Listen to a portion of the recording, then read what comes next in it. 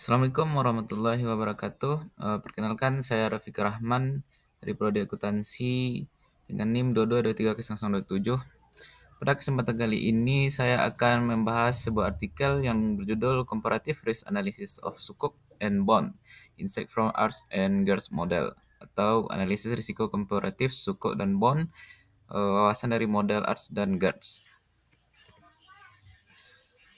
Langsung saja, itu yang pertama, pembahasan teori. Sukuk dan obligasi konvensional merupakan instrumen pasar modal yang sama-sama digunakan sebagai sumber pembiayaan jangka menengah hingga panjang, namun memiliki perbedaan mendasar dari struktur, prinsip, dan mekanisme imbal hasil secara teori. Obligasi konvensional merupakan surat utang yang memberikan pendapatan berupa bunga kepada pemegang obligasi. Hubungan antara penerbit dan investor bersifat kreditur debitur, sehingga risiko utama yang dihadapi investor risiko gagal bayar dan risiko suku bunga. Sebaliknya, suku adalah instrumen keuangan berbasis syariah yang mempresentasikan kepemilikan atas aset atau proyek yang menjadi underlying. Sukuk tidak memberikan bunga, melainkan imbal hasil yang berasal dari hasil pengelolaan aset sesuai akad syariah, ijarah, mudharabah, musyarakah, dan lain-lain. Oleh karena itu, secara teoritis, sukuk lebih dekat dengan konsep risk sharing dibandingkan obligasi yang berbasis risk transfer. Perbedaan struktur ini menjadi dasar teori bahwa profil risiko dan volatilitas sukuk dapat berbeda dengan obligasi konvensional, meskipun keduanya sama-sama berada dalam kategori instrumen pendapatan tetap. Kasus yang dibahasnya itu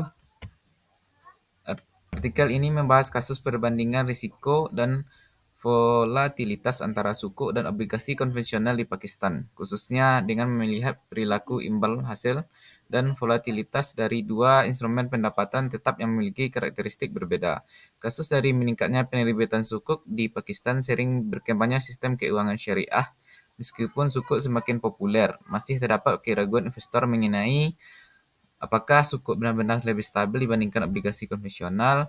Bagaimana tingkat risiko dan volatilitas sukuk dibandingkan obligasi pemerintah?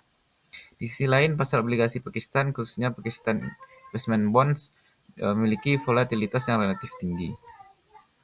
Objek penelitiannya yaitu dalam artikelnya adalah instrumen pendapatan tetap di pasar keuangan Pakistan, yaitu sukuk Wabda dan Pakistan Investment Bonds dengan jangka waktu jatuh tempo 10 tahun. Sukuk Wabda merupakan instrumen keuangan syariah yang diterbitkan oleh Water and Power Development Authority dan didasarkan pada kepemilikan aset yang menjadi underlying sesuai prinsip syariah Islam, sehingga imbal hasil yang diperboleh investor tidak berbasis bunga. Sementara itu, Pakistan Investment Bonds adalah obligasi konvensional yang diterbitkan oleh pemerintah Pakistan dan memberikan imbal hasil berupa bunga kepada pemegang obligasi. Fokus utama penelitiannya yaitu menganalisis dan membandingkan tingkat volatilitas dan risiko return antara sukuk Wabda dan PIB dengan menggunakan model Arch dan GERS guna mengetahui perbedaan stabilitas dan karakteristik risiko dari kedua instrumen pendapatan tetap tersebut. Teknik analisis datanya itu teknik dalam statistik dan ekonometrika terhadap data retur harian sukuk Wabda dan Pakistan Instrument Bonds dengan tujuan untuk mengukur dan membandingkan volatilitas serta risiko kedua instrumen tersebut. Tahap awal analisis dilakukan dengan statistik deskriptif untuk melihat karakteristik data seperti nilai rata-rata, median, maksimum, minimum, standar deviasi, sukses, kurtosis, serta uji normalitas menggunakan Jarku-Berates. Selanjutnya, penelitian melakukan uji stationaritas menggunakan Augmented Disk Fuller Test untuk memastikan bahwa data itu tidak mengandung unit urut dan layak digunakan dalam permodelan volatilitas. Apabila data tidak stasioner pada level, maka dilakukan diferensi hingga mencapai kondisi stasioner.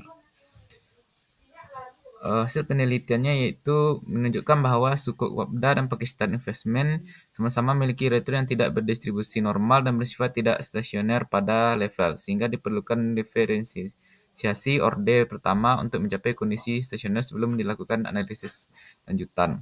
Analisis volatilitas menggunakan model Arch dan GERS membuktikan adanya volatility clustering pada kedua instrumen yang menandakan bahwa volatilitas return dipengaruhi oleh shock pada periode sebelumnya. Estimasi model GERS menunjukkan bahwa koefisien Ars dan Gars pada kedua instrumen signifikan secara statistik, yang mengindikasikan adanya presentasi volatilitas baik dalam jangka pendek maupun jangka panjang. Namun demikian, hasil perbandingan menunjukkan bahwa volatilitas return of obligasi investasi Pakistan lebih tinggi dibandingkan dengan suku Wabda, sehingga PIB memiliki tingkat risiko yang lebih besar. Baik, mungkin sekian pembahasan kali ini dari saya. Saya ucapkan terima kasih.